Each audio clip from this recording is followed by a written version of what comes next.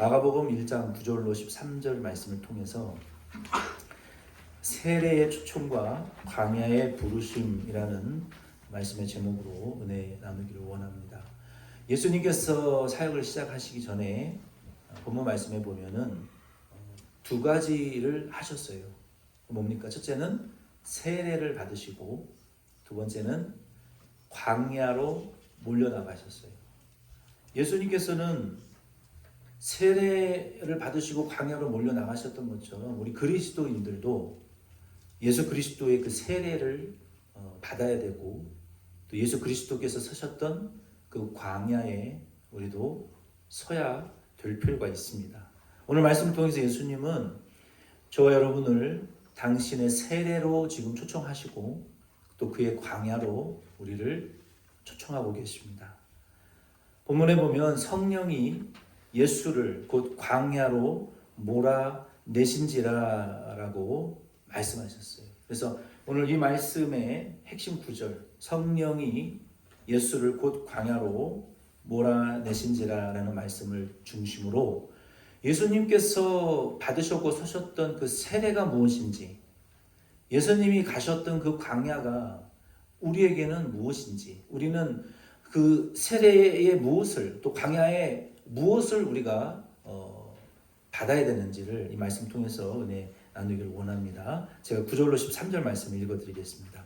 마가복음 1장 9절로 13절 읽어드리겠습니다. 그때에 예수께서 갈릴리 나사렛으로부터 와서 요단강에서 요한에게 세례를 받으시고 곧 물에서 올라오실새 하늘이 갈라짐과 성령이 비둘기같이 자기에게 내려오심을 보시더니 하늘로부터 소리가 나기를 너는 내 사랑하는 아들이라 내가 너를 기뻐하노라 하시니라. 성령이 곧 예수를 광야로 몰아내신지라. 광야에서 40일을 계시면서 사탄에게 시험을 받으시며 들짐승과 함께 계시니 천사들이 수종 들더라. 아멘. 하나님의 말씀입니다. 네, 9절로 11절 말씀에 먼저 보면은 예수님은 저와 여러분을 당신의 세례로 지금 초청하십니다. 예수님은 사실 죄가 없는 분이시기 때문에 요한의 세례를 받으실 필요가 전혀 없으셨던 분이에요. 세례 받을 필요가 없으셨지만 예수님께서 세례를 받은 이유는 시편 2편 7편이나 이사야 42장 1절 말씀을 성취하기 위해서 하나님의 아들 메시아가 오셔서 죄인들을 위한 하나님의 의를 완성하는 의미로 세례를 받으신 것이고, 그리고 하나님의 자녀를 구원하기 위한 시작으로 첫 발걸음으로 물세례를 받으신 것이고, 그리고 그 물세례는 최종적으로 십자가에 못 박혀 죽으실 그 십자가 죽음의 세례를 우리에게 보여주시는 그 이니시에이션, 어떤 이니시에이팅, 그것을 우리에게 보여주기 위한 십자가의 죽으심의 세례를 보여주시기 위한 첫걸음으로 세례 요한으로부터 죄 없으신 예수님이 물세례를 받으신 것입니다. 마가복음 10장 38절에 예수님이 이에 대하여 이렇게 설명해 주셨어요. 예수께서 이르시되 너희는 너희가 구하는 것을 알지 못하는도다. 내가 마시는 잔을 너희가 마실 수 있으며 내가 받는 세례를 너희가 받을 수 있느냐. 제자들 중에 두 사람이 당신의 우편과 오른편에 앉게 해달라는 그 어머님의 치맛바람에 쫓아나왔던 그들을 향해서 예수님께서 그들에게 내가 마시는 잔은 십자가에, 내가 받아야 될 세례는 십자가의 죽음의 세례인데 오른쪽 왼쪽은 하나님이 누가 앉으실지는 모르겠지만 내가 십자가에서 죄인들을 위하여 죽고 피 흘려 대속할 그 십자가의 구원은 너희들이 질 수 있는 세례와 잔이 아니다. 내가 져야 될 세례요, 내가 마셔야 될 십자가와 고난의 잔이다. 예수님 당신이 해야 될 일을 그렇게 십자가의 세례를 예수님께서 받으셔야 된다라고 이렇게 설명을 해 주셨습니다. 오늘 이 말씀을 통해서 우리는 예수 그리스도의 그 세례, 십자가와 부활의 세례를 우리가 질 필요는 없어요. 그러면 우리를 세례로 초청하신다면서요. 무슨 세례를 받아야 됩니까? 그것은 믿으라는 것이죠. 예수님의 십자가와 부활의 세례를 믿으라는 거예요. 여러분 믿으시기를 바랍니다. 믿으라고 초청하신다는 예수님의 십자가의 죽으심과 그 부활의 세례를 믿음으로 우리는 공로가 없지만 죄사함의 축복을 누리고 하나님의 자녀의 축복을 누리고 영생의 축복을 누리게 되는 그 십자가의 죽으심의 부활의 복음의 세례로 나아오라는 것이죠. 믿음으로. 그렇다면은 우리에게 예수님이 초청하시는 그 세례가 있다는데 예수님이 구원을 완성하셨잖아요. 십자가와 부활의 복음을 완성하셨는데 우리는 그러면 무슨 세례로 더 나아가야 되냐는 거예요. 우리에게 남아있는 세례가 뭐가 있냐는 거예요. 예수님이 다 완성하셨지만 그 세례의 부르심은 다음과 같습니다. 한 두 가지 정도로 말씀드릴 수 있을 것 같아요. 우리에게 남아있는 세례가 있어요. 믿음으로, 첫째는 믿음으로 예수 그리스도와 연합하여 그 구원의 은혜를 누리면서 새 생명 가운데에 행하는 것이다 라고 말씀드릴 수가 있습니다. 참 아이러니한 것은요, 많은 사람들이 그리스도 예수를 내가 추앙한다, 경배한다, 월시핑한다, 내가 그리스도를 추앙한다라고 말을 하지만요, 예수님의 세례에는 따르지 않습니다. 우리가 교회에서 물 세례로 성부와 성자와 성령으로 세례를 준다, 그 세례 말고 예수님이 저와 여러분에게 개인적으로 부르시는 세례의 부르심이 있는데, 많은 분들이 예수를 추앙한다고 하지만 예수님이 우리에게 따르라고 하시는 그 개인적인 세례의 발걸음으로는 많은 분들이 나아가지 못하더라. 로마서 6장 3절로 4절 말씀해 보면은 무릇 그리스도 예수와 합하여 세례를 받음으로 우리는 그의 죽으심과 합하여 세례를 받은 줄 알지 못하느냐. 그러면 우리가 성부 성자와 성령으로 목사님 통해서 세례받은 그 세례 말고 우리에게 개인적으로 부르시는 그 세례가 지금 여기 뭐라고 말씀하셨어요? 로마서 6장 3절로 4절에 너희가 그리스도와 합하여 세례를 받은 것은, 교회에서 세례받고 세례 증서를 받은 것은 그리스도의 죽으심에 합하여 세례받은 것이다. 그러니까 저와 여러분에게 남아있는 세례가 있어요. 그게 무엇이냐면 그리스도와 함께 죽는 세례예요. 자기를 부인하는 세례예요. 자아를 부정하고 십자가 지고 예수 따라가는 세례가 여전히 남아있다는 거예요. 그리스도와 함께 죽어야 되는 세례가 남아있다는 거예요. 그 다음에 그러므로 우리가 그의 죽으심에 합하여 세례를 받음으로 그와 함께 장사되었나니 이는 아버지의 영광으로 말미암아 그리스도를 죽은 자 가운데서 살리심과 같이 우리로 또한 새 생명 가운데에서 행하게 하려 함이라. 자, 두 가지의 세례가 저와 여러분에게 평생 숙제로 남아 있습니다. 무슨 세례입니까? 그리스도와 함께 죽어지는 세례. 영과 육의 싸움에서 마음대로 죄 짓고 살고 싶죠. 그러나 예수 그리스도 때문에 죄 짓지 말고 죄의 지체를 죽이고 자기의 욕심도 죽이고 자기 자존심도 좀 죽이고 자기의 승질도 죽이고 마음대로 말하고 죄 짓고 범죄하고자 하는 그 욕구도 죽이라는 거예요. 이게 그리스도와 함께 세례받아야 될 저와 여러분에게 남겨져 있는 세례예요. 아멘이십니까? 두 번째는 새 생명 가운데 행해야 될 세례가 있어요. 예수 그리스도와 함께 세례받은 사람은 자기를 부인하고 죽어져야 될 세례가 남아있을 뿐만 아니라 죽어주는 것만 할 뿐만 아니라 성령의 인도를 따라 새 생명으로 영의 생각을 따라 구원받은 속사람의 생각을 따라 성령의 인도하심을 따라 성령이 가라사대 기도하라 그러면 기도해야 될 의무가 있고 예배 드려라 그러면 성령의 인도를 따라 예배 드려야 될 의무가 있어요. 그것은 예수님이 당신의 피값으로 내 영혼을 사셨기 때문에 그래요. 그래서 우리의 몸은 더 이상 우리 게 아니에요. 진짜 믿음이 있는 분들에게는. 왜? 내가 마귀의 노예였고 지옥 가야 될 죄인이었지만 예수님이 내 영혼을 당신이 십자가에서 피 흘리시고 죄를 갚아주심으로 당신의 소유물로 법적으로 삼으셨단 말이에요. 나는 너한테 예배받기를 원한다. 나는 너의 기도 듣고 응답하기를 원한다. 나는 너의 찬양을 듣고 내가 너에게 은혜 주기를 원한다. 나는 너와 함께 말씀 묵상하여 내 진리를 너에게 주기를 원한다. 나는 네가 기도하여 성령 충만한 자가 되어 마귀를 이기고 내 용사가 되기를 원한다. 나는 네가 진리가 충만한 자가 되어 하나님의 성령의 쓰임을 받아 이 지역 사회의 악한 영들을 이기고 복음 전파하는 주의 용사가 되기를 원한다. 우리에게 주님이 요구하신다고요. 그 새 생명 가운데 행해야 될 의무가 우리가 받아야 될 세례라는 것을 여러분 기억하시기를 바랍니다. 할 일이 없다고요? 많습니다. 넘치도록 많아요. 기도하지 않아서 모르는 것이고 성령의 인도를 받지 않아서 모르는 거예요.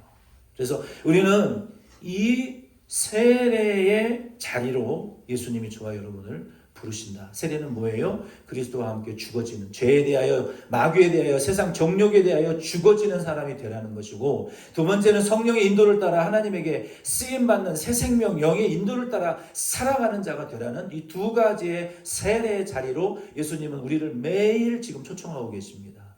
그 자리로 나아가시기를 바랍니다. 그게 진정한 영적인 신앙생활이에요.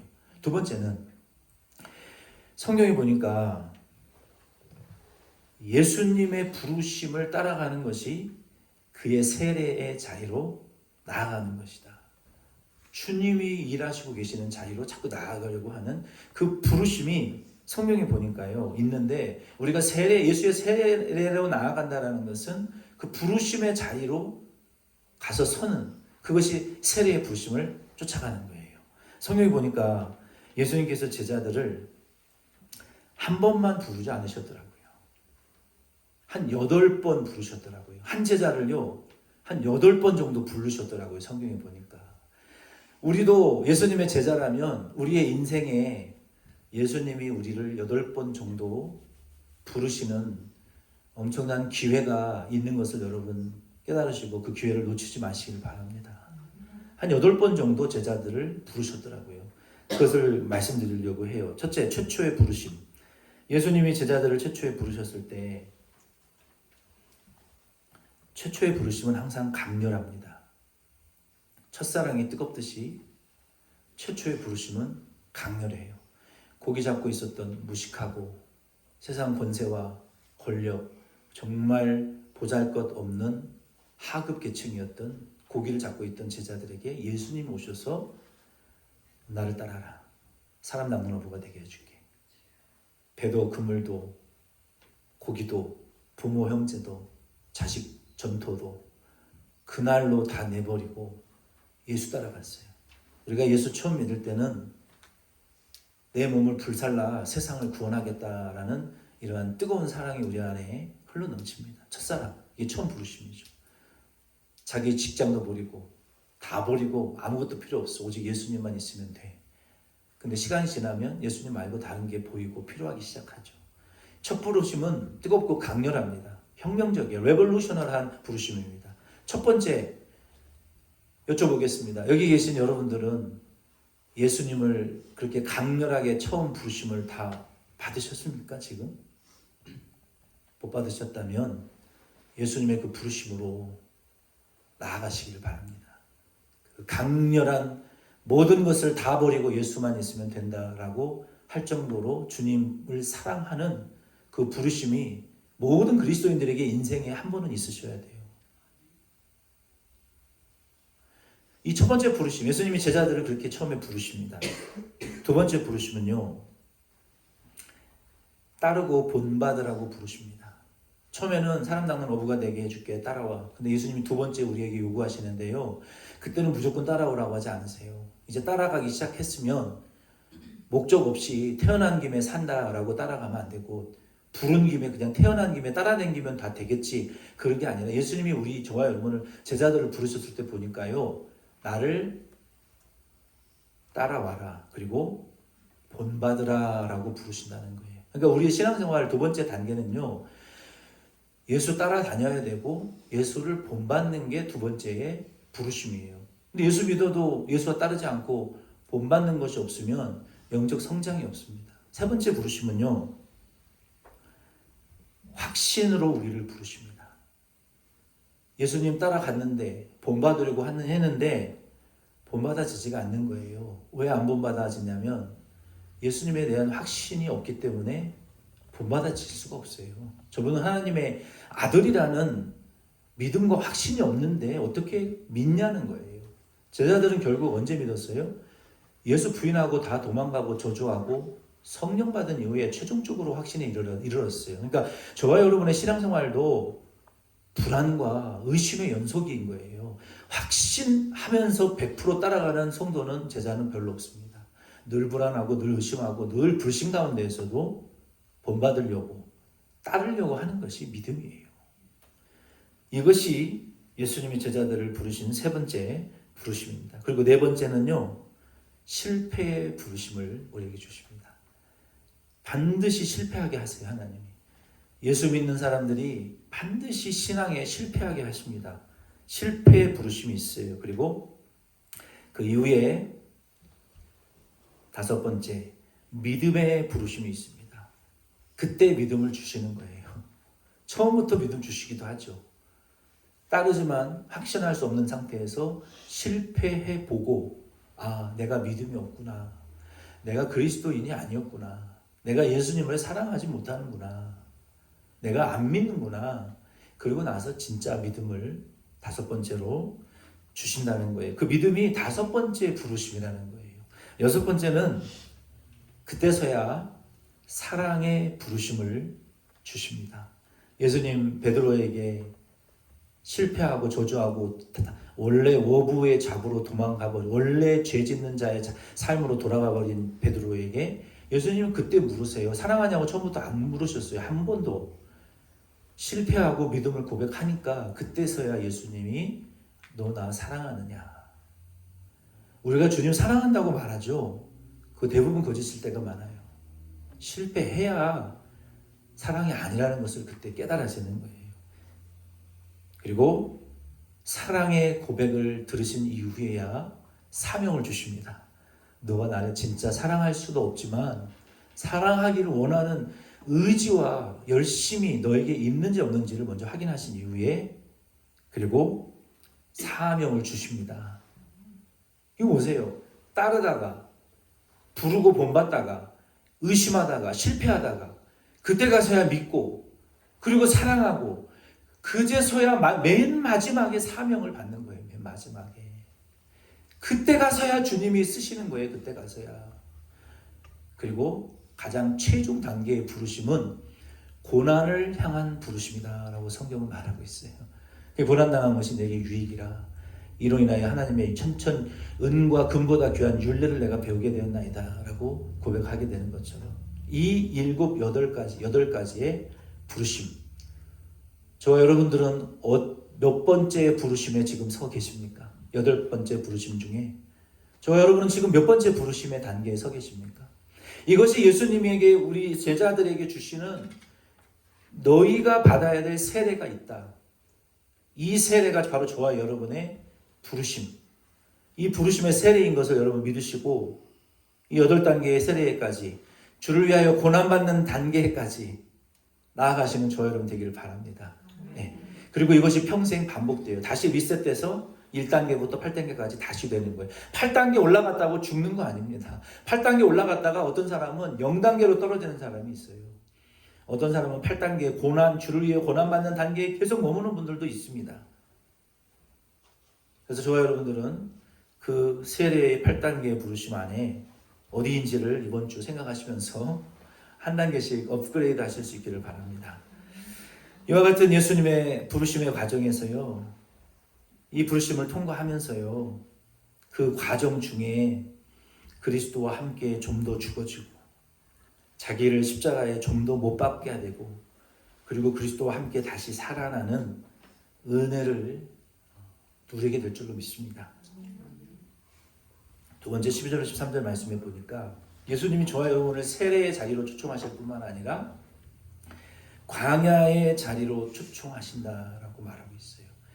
하나님 아들 예수 그리스도는 죄가 없기 때문에 세례도 필요 없으셨고 광야에서 시험 받으실 필요도 없었어요. 그러나 본문 12절 13절 말씀해 보면 성령 하나님께서 즉각적으로 예수 그리스도를 광야로 몰아내셔서 시험을 받게 하셨다라고 하셨는데, 그렇게 하신 이유는요, 예수님이 죄가 있고 약점이 있고 부족함이 있어서가 아니라, 히브리서 4장 15절 말씀해 보면 우리의 연약을 감당해 주는 샘플을 보여주기 위해서 광야로 나가셨다. 그러니까 우리가 연약하기 때문에 우리도 광야에 서야 될 필요가 있기 때문에 샘플로, 신앙생활의 샘플로, 너희들에게도 반드시 신앙생활의 광야의 삶이 필요하다. 너희 인생에 그 모범을 보여주기 위해서 광야에 나가셨다는 거예요.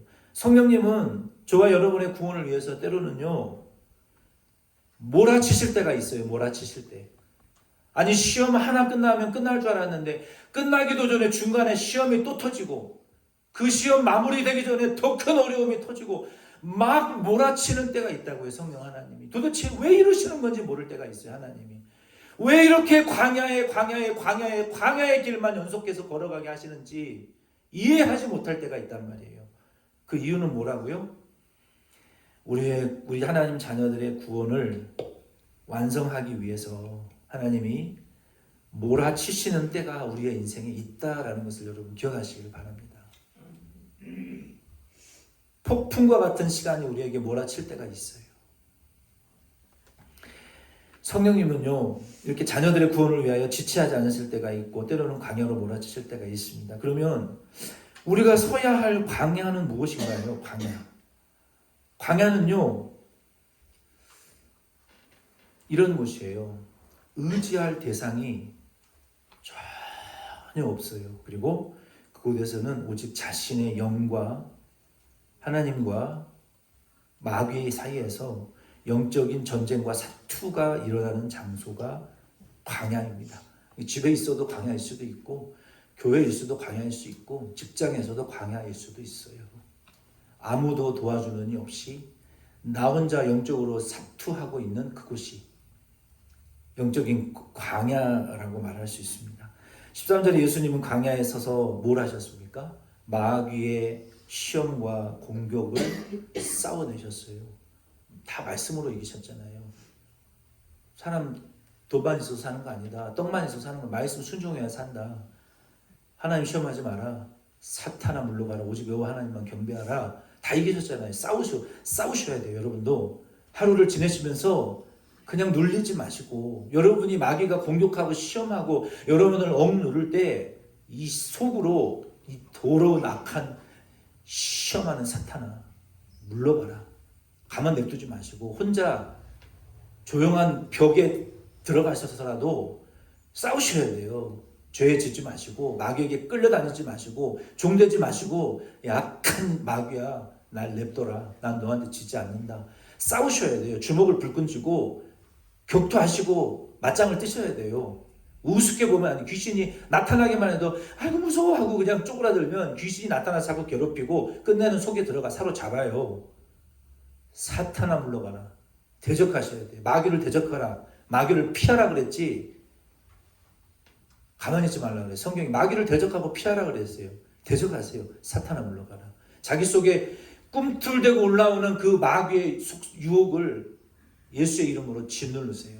제거시키세요. 싸우셔야 돼요. 그런 광야에서 그런 사투가 우리에게 매일같이 일어나는 거예요. 두 번째는요, 광야는요, 이게 굉장히 중요한 것 같아요. 십자가를 내려놓도록 방해하는 곳이다. 이게 진짜 무서운 거예요. 여러분, 한번 저를 보세요. 우리 여러분이 신앙생활 한번 중단했던 때 한번 생각해 보세요. 뭐 때문에 교회 안 나가고 신앙생활 안 하고 기도 안 하고 믿음으로 뭐 때문에 못 사셨습니까? 그 이유가 뭐예요? 돌아보면 내 기분이 나빠서 그런 거예요. 다른 이유 없어요. 내가 승질나서 그러는 거예요. 다른 이유 없다니까요. 다른 사람 탓이 아니라 자기 속에 악한 것이 있어서 결국은 내려놓게 된 것은 뭡니까? 예배를 내려놨죠. 교회를 내려놨죠. 기도를 내려놨죠. 말씀을 내려놨죠. 사명을 내려놨죠. 사랑을 내려놨죠. 하나님을 내려놨죠. 열심을 내려놓게 됐어요. 마귀가 원하는 것은요, 여러분을 화나게 만드는 것이 아니라 화내고 죄짓게 만들어서 부끄러움과 가책을 주어가지고요, 이 십자가를 내려놓게 만들려는 것이 최종 목적이라는 것을 여러분 절대로 잊어버리지 마시길 바랍니다. 교회를 내려놓고 사명을 내려놓고 예배와 기도와 믿음을 내려놓게 만드는 목적이 사탄의 목적이기 때문에 아무리 화가 나고 기분이 나빠도 여러분 여전히 예배의 자리를, 내 교회를, 내 사명을 지켜내시는 저와 여러분 되기를 바랍니다. 마귀가 원하는 것은 여러분 화나는 것이 아니라 예배 못 드리게 하는 게 마귀의 목적이에요. 사랑하지 못하게 만드는 게 목적이라니까요. 영적으로 망하게, 하나님과 교제 못하게 만드는 게 목적이고 성도와 교제를 끊어놓는 것이 목적이란 말이에요. 거기에 놀아나지 마시길 바랍니다. 결국 잊어버리는 것은 내 믿음이요, 내 십자가예요. 왜 그렇게 말할 수 있느냐? 예수님이 광야에서 십자가 시험을 받을 때 마귀가 뭐라 그랬어요? 네가 하나님의 아들이냐? 너 지금 금식 중이라 배고프지? 난 10일 이상 금식해본 적 있다. 한번 손 들어보세요. 여러분은 한 3일 정도 굶잖아요. 진짜 죄송한 말이지만 화장실에 있는 똥물이라도 퍼먹을 수 있어요. 먹으라 그러면. 제가 군대에서 경험을 했어요. 똥물이라도 먹으라 그러면 먹겠더라고요. 왜? 물을 못 먹게 하니까 며칠 동안. 그렇게 배고픈데 사탄이 배고프지? 이 돌로 빵 만들어 먹어. 하나님 빵 만드실 수 있었거든요. 그러면 사탄에게 지는 거예요. 십자가에 못 박혀 죽으셔야 되는데 시작도 못하고 사탄에게 이용당하고 manipulation, 완전히 조롱당하면 아무것도 못합니다. 예수님 순종하지 않았어요. 십자가 못 지게 하는 거. 너 하나님의 아들이라며. 너 나한테 절해. 내가 이 모든 세상 것을 다 줄게. 그 십자가 지지 말라는 거 아니에요. 뛰어내려. 나 경배해.